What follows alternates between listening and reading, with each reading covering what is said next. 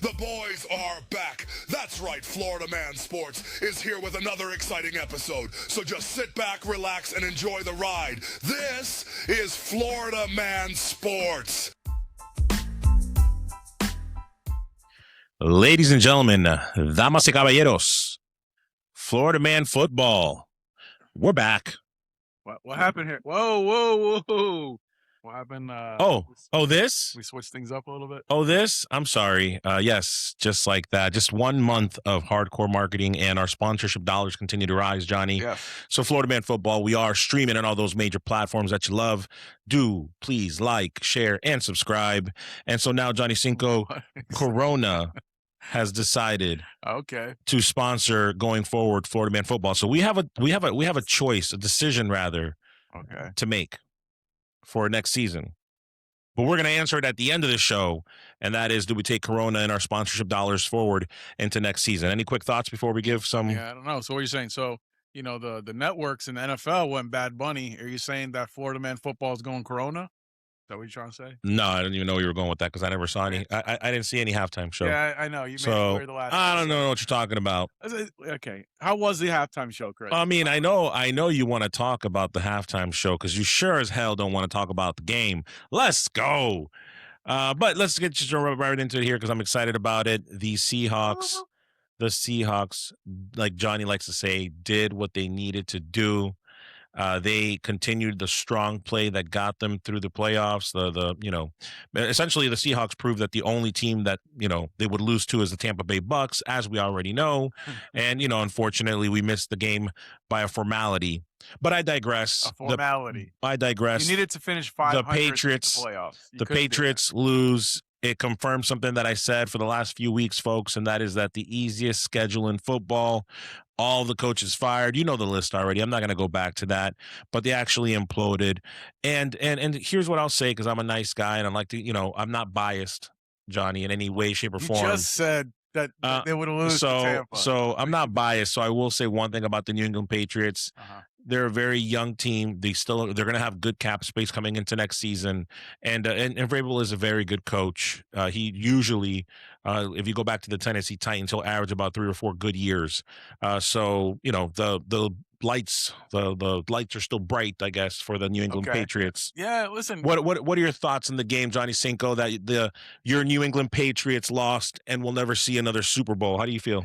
Anyway, so listen, we were playing with house money. I'm glad that we got there. We're overachieved. Listen, I called it a very close game, Patriots by 3. It didn't work out that way. Somebody else said it was going to be a blowout by the Patriots. The only thing I really got out of this game, what's been confirmed, is that Cris is legit the jinx. So that's what's the biggest takeaway from this particular game for me. But listen, I'm happy we're in there. Obviously, nobody likes to get to the championship game and lose. It happened. The Patriots have seen so many Super Bowls. We've seen more victories than failures.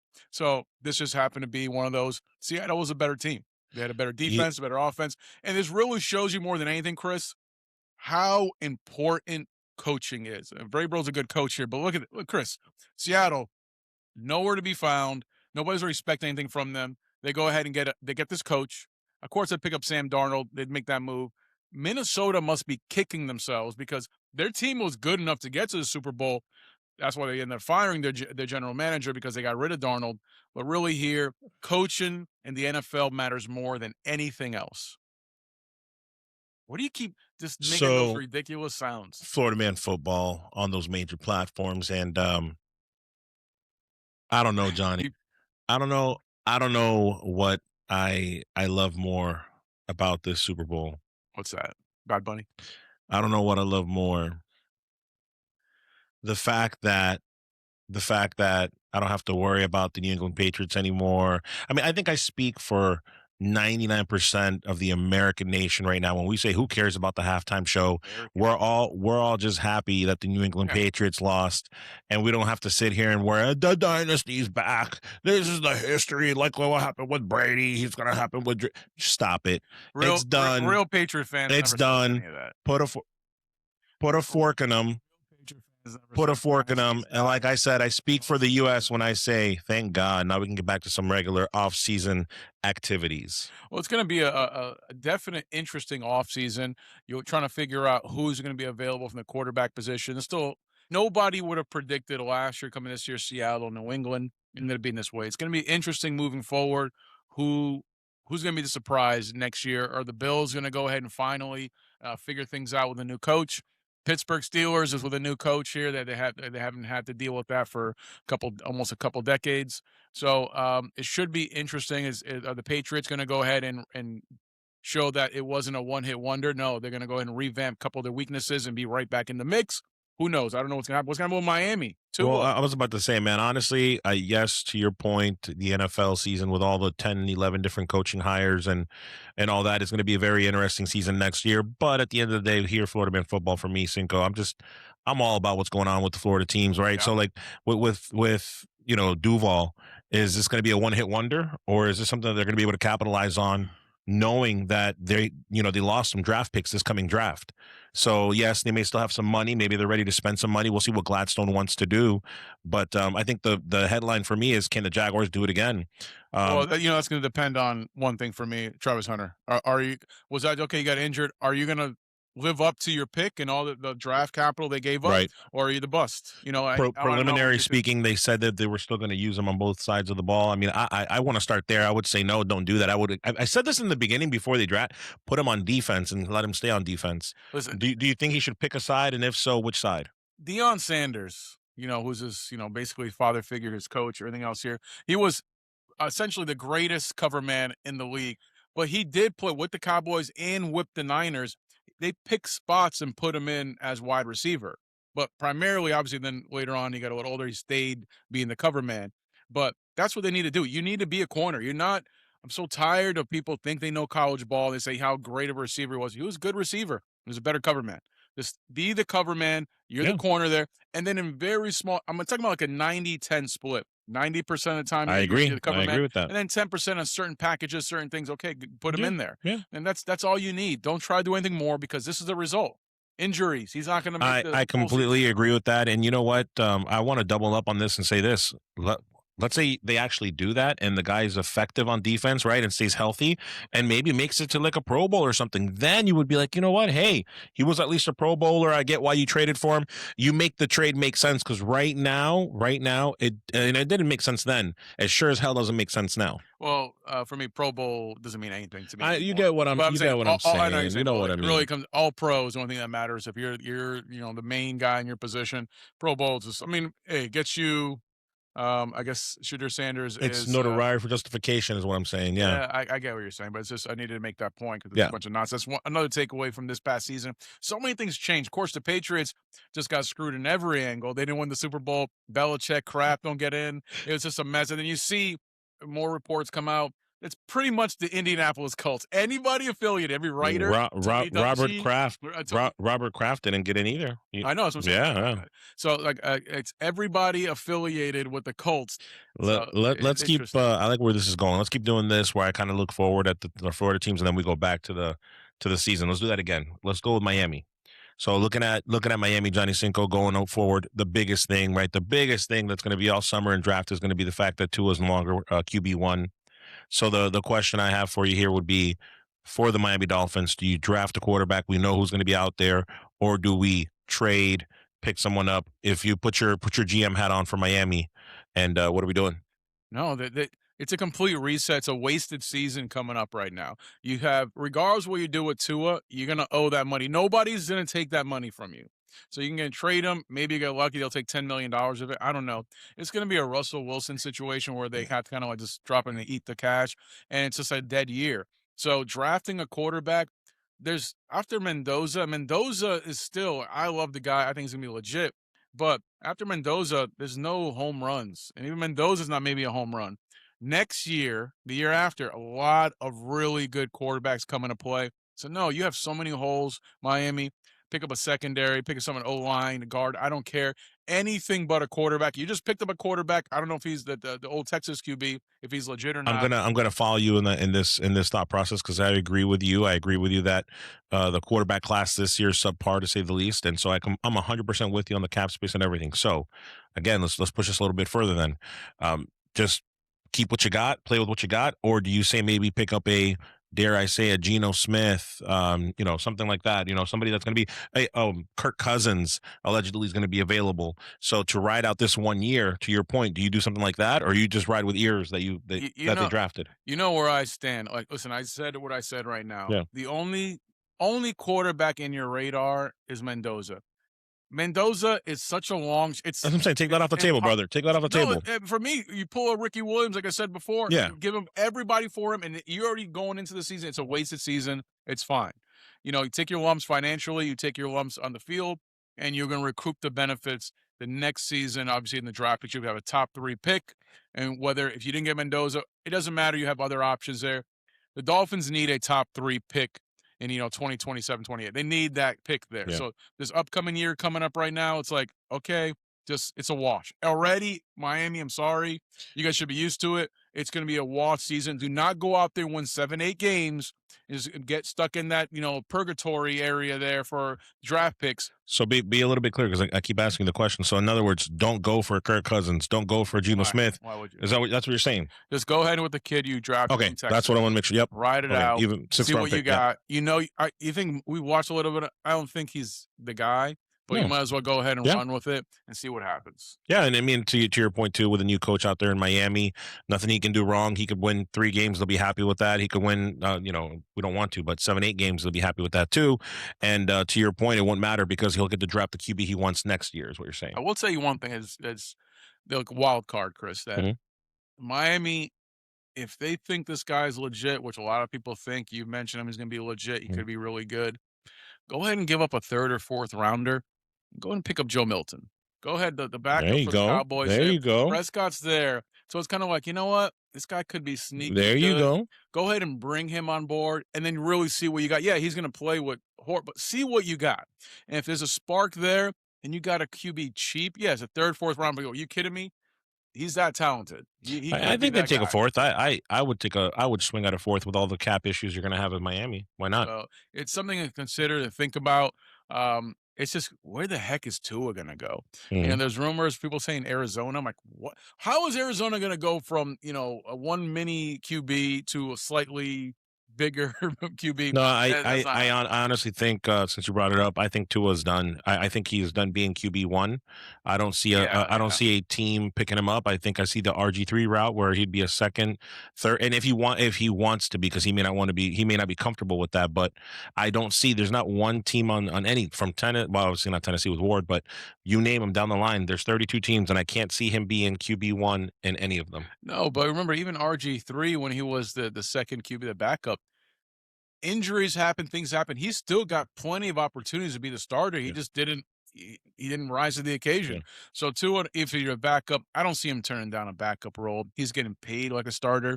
So I see him doing it. And then you're just doing your role. And then something happens, go and do your job. And who knows? Tua is still young, still in his 20s. He can revitalize something there.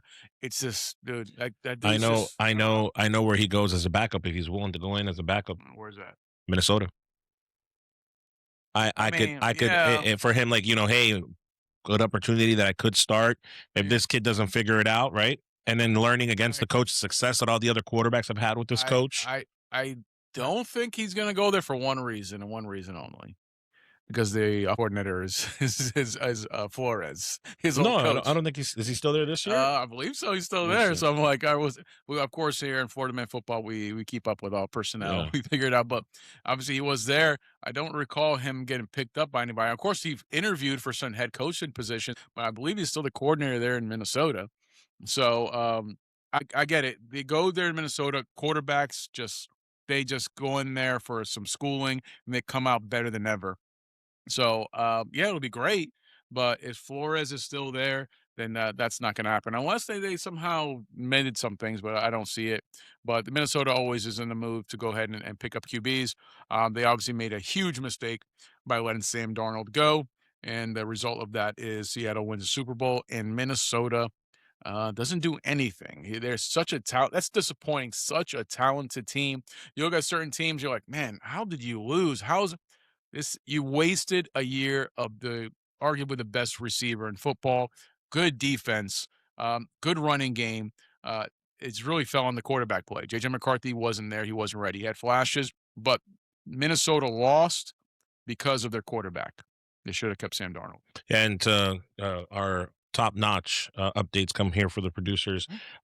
Brian Flores is still the defensive coordinator, Yeah, but but I don't think that would be an issue from an offensive standpoint. All these years and everything, I don't think that would be something that would nix a deal. I really don't. I don't think it would be something that would nix a deal. I mean, I understand that, Yeah. but why would Minnesota go out of their way to get him for what? I mean, I understand if Oh, they see something. because cheap. They won't have to pay anything for him. There's a lot of quarterbacks you Yeah. can get cheap. You can Yeah. kind of figure out there, but why go out of your way for Tua? Listen, Tua is going to end up in no man's land. He's going to end up backing up Burrow with the Bengals because the Bengals they're fine with picking up anybody on the cheap. Minnesota wants quality backup. That's not- JJ that's McCarthy not a was bad option injured a either. lot. He was Yeah. injured a lot, and the backup had to be in the mix. I'm like, are they really depending on Tua to run that offense for Minnesota? No, I don't see it. I see it more, Browns, Cleveland, Ohio. When quarterbacks go, I don't see the Browns. I don't see the Where- Browns okay, at all. well, that Ohio's where quarterbacks go to die. So that's why I'm picking one of those two there, and we'll see what happens on that there. Switching back before we talk about the Tampa Bay Bucks, looking forward, Johnny Sanko, talking about this season that was. Of course, it's a very depressing time now here at Florida Man Football because the season is over. Yeah. Any takeaways? We talked a lot this season about how some of these games are suspect to say the least. We talked a lot about the refs and the way that the flow of the games have gone. Anything sticks out to you on this season compared to other ones that maybe was like, man, this was just a little different this year? I have no confidence in the NFL. I'm sorry to say, I have zero confidence with everything kind of going on, the obvious nonsense, things that we've never seen before, Chris, where there's a spread and then a team has the ball in the red zone with like 4 or 5 minutes left in the game, and they don't go for three. They just go ahead and turn the ball over on downs, and it's a 2-possession game. So it's not something towards like, oh, it's a blowout. Even in blowouts, they're going to kick the field goal. It's so much nonsense plays like that happened throughout the season. That tells me clearly that gambling has ruined the integrity of the sport. Yeah.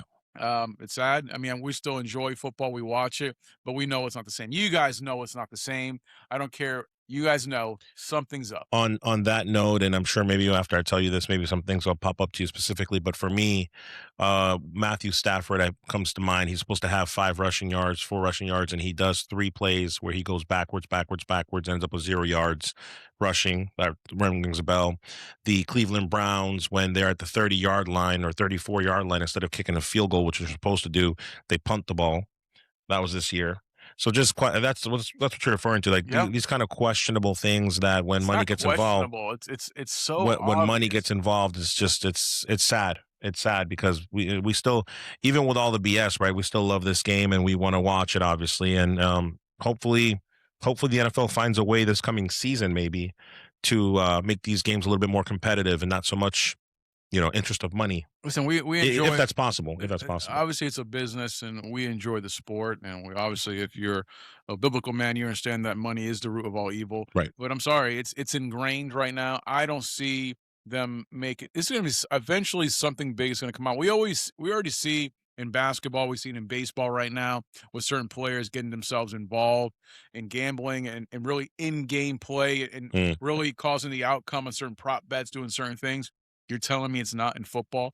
The problem is that football, the way I see it, and I don't know if Chris, you'll agree with me here, it's a little more alarming because in football, it appears it's coming from the ownership side. Like the NFL is somehow dealing with this and getting involved with it. You see it in baseball and basketball. It's the players themselves doing some nonsense, but they're controlling these prop bets. What you've referenced, that's not something a player can do himself without getting some kind of like somebody's, hey, this is what's going on here. This is what you need. So So okay, to your point.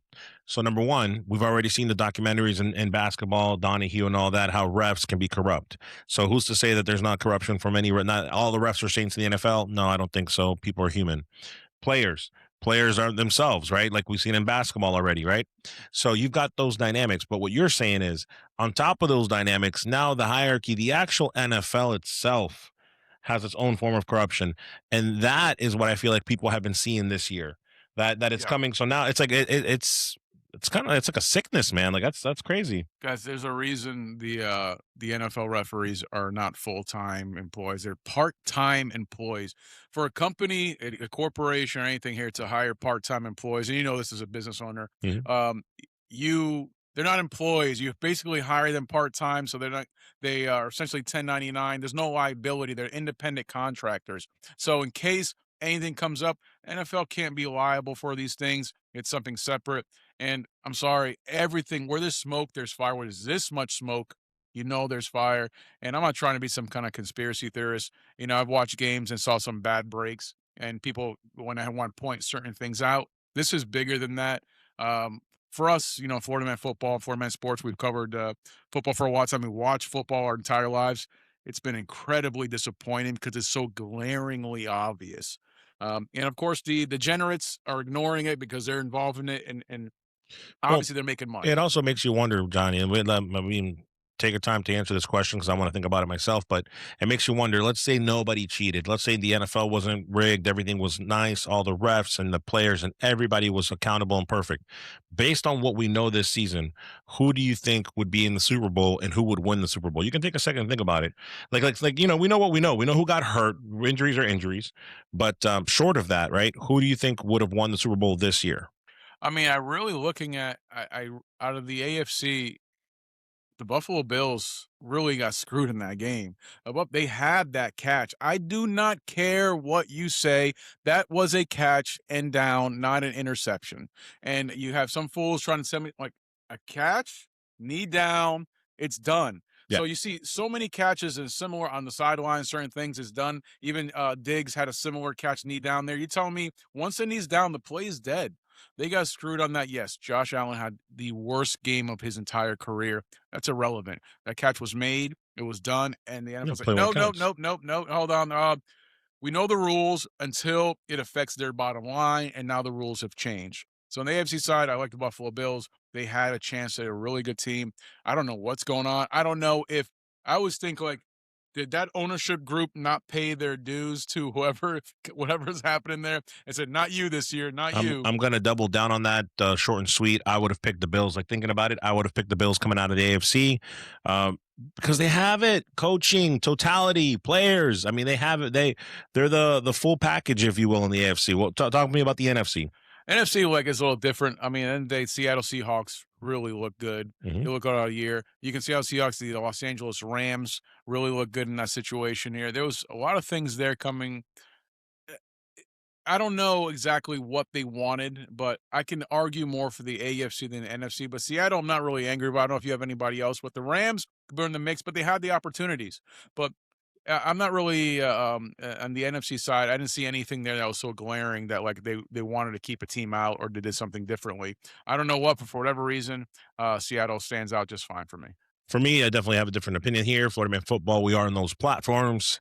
Do like, share, subscribe. For me, short and sweet. The Tampa Bay Buccaneers would have made it in the NFC. See how I did that transition to the Bucks? You're not biased at all. You see how that works? It would have been a Bucks Bills Super Bowl, BB Super Bowl. So the NFL screwed the Bucks. And since you brought it up, if you look back at Mayfield, one of the things I told you weeks ago was the man looks on fire, and then all of a sudden he just forgets how to do a 3-yard slant, and that goes back to what we were talking about. Maybe it's rigged, maybe it's not, and this and that. So again, the question was, in the perfect world, besides injuries, in the perfect world, what would it be like? And the Bucks were literally like 6-2, and then the demise because of whatever reason the arm couldn't throw anymore or something. I'm not going to go back. I won't go back to that. You're diminishing our entire argument.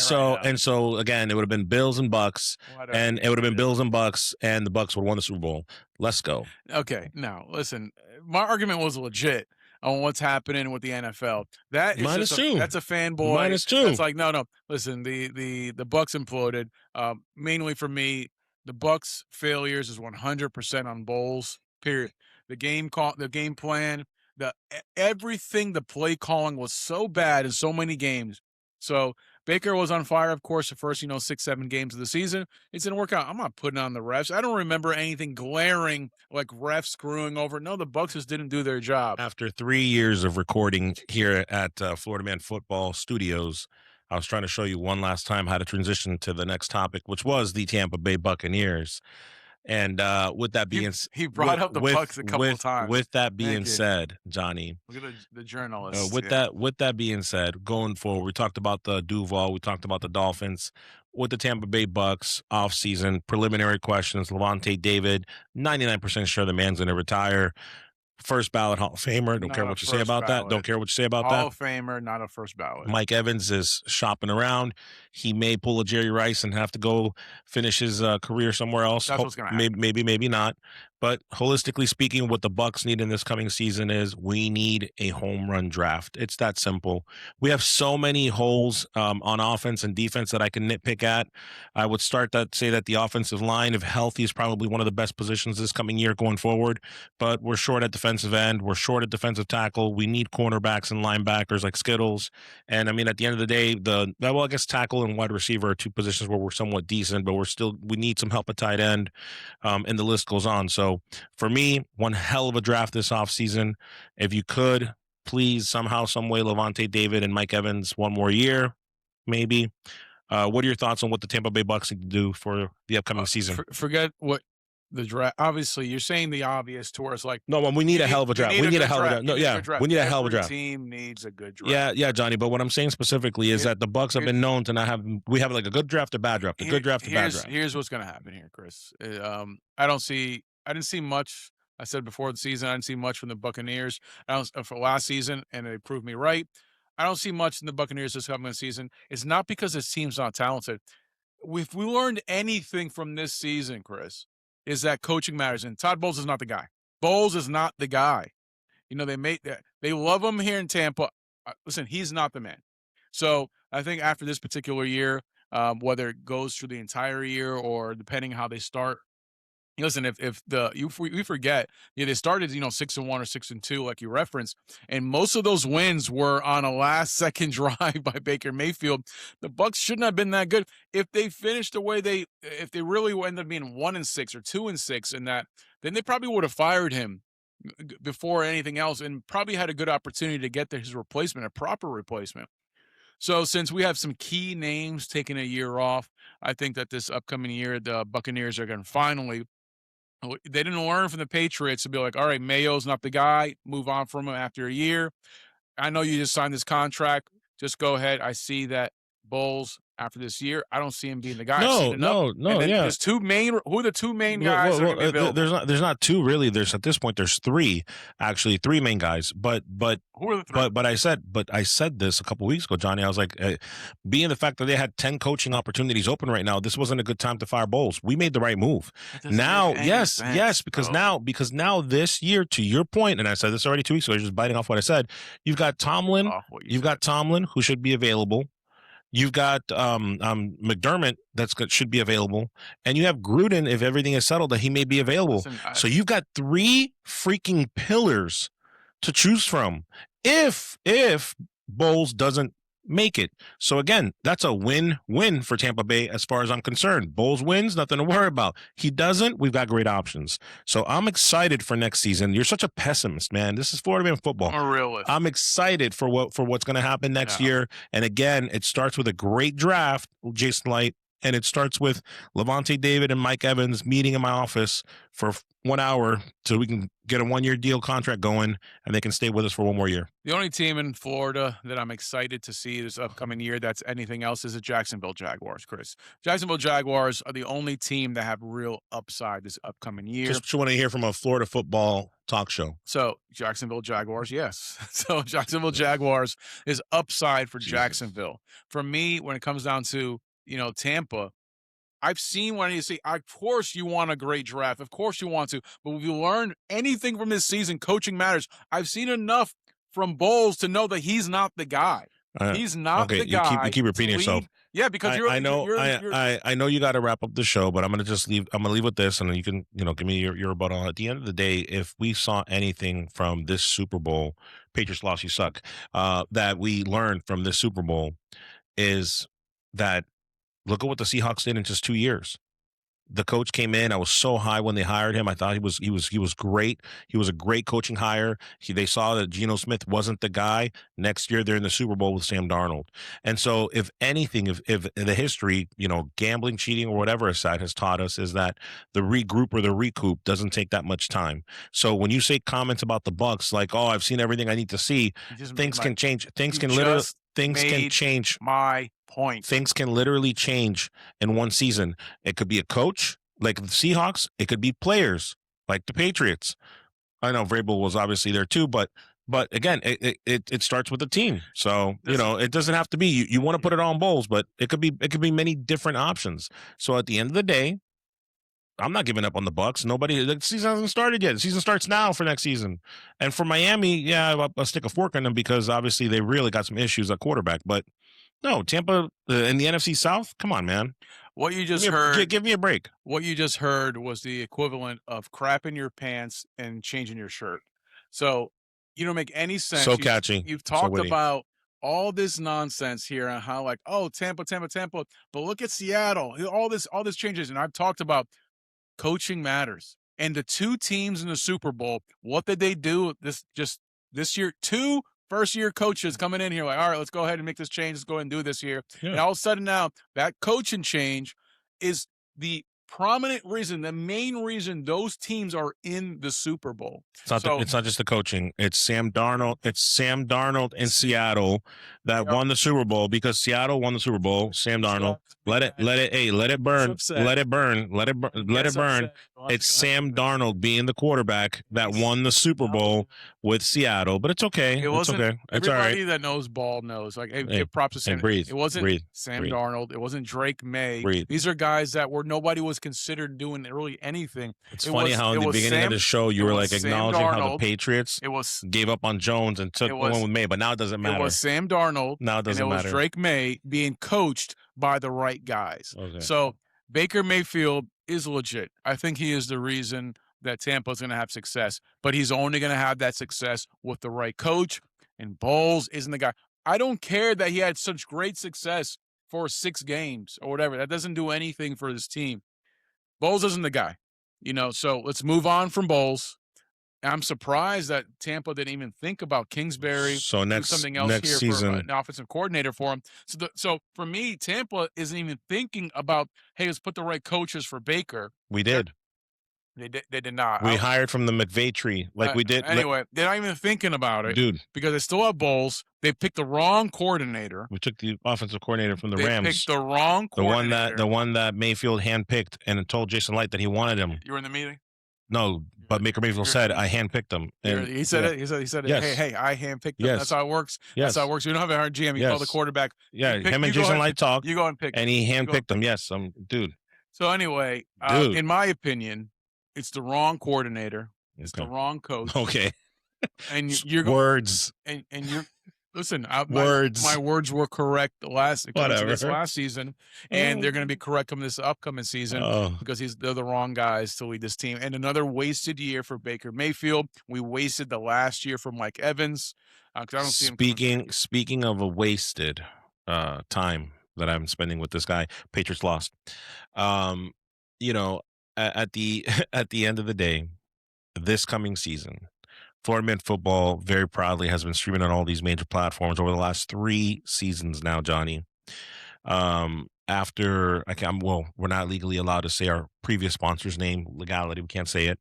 But after our previous sponsors, who I can't name, now we're being sponsored by Corona. The question then becomes, do we come back for a 4th season of Florida Man Football? Well, it's up to.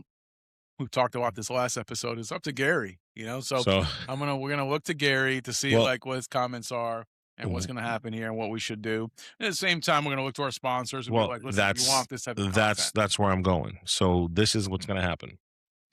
According to Corona, we have to hit a certain amount of streams. Okay. We have to hit a certain amount of streams on specifically on YouTube. When we started 3 years ago, we were actually doing it just on Spotify, and we were killing the game. And then we decided to go on YouTube, and then the rest is history. Okay. Yeah. So we need to hit a number on YouTube on this episode, so please do like, share, and subscribe. Should we hit said episode, set streaming amount, I should say, for this episode, then we will be coming back a week before the NFL draft. Okay, yeah, sounds good. So, all right, you guys going to want a week before the NFL draft, but only if we get the streams. Go ahead. You guys are going to want to see that I was correct, guys. Like, let's go ahead and enjoy the season's upcoming season, and you're going to see. We're going to talk about the draft, hopefully, and see what picks they made. And at the end of the day, I'm going to look at it, and you're going to see that Bowles is the wrong guy. You're going to see the coordinator is the wrong guy. You can see Jacksonville. Are they the best team in Florida? I called them being the best Florida team this upcoming season. I was correct. Miami, are they going to implode? Like we're going to continue to see the interesting year with the Dolphins. There's a lot of things to talk about in Florida football. Hopefully, we get to go ahead and do that. That's up to you guys. But only if we get those streams for Corona. Wrap it up. Hey, stop saying it in a Spanish accent, sir. For Corona. There you go. It's much better here. But we appreciate you guys listening and watching. Please continue to go ahead and support us. And Corona. Out, y'all. Later.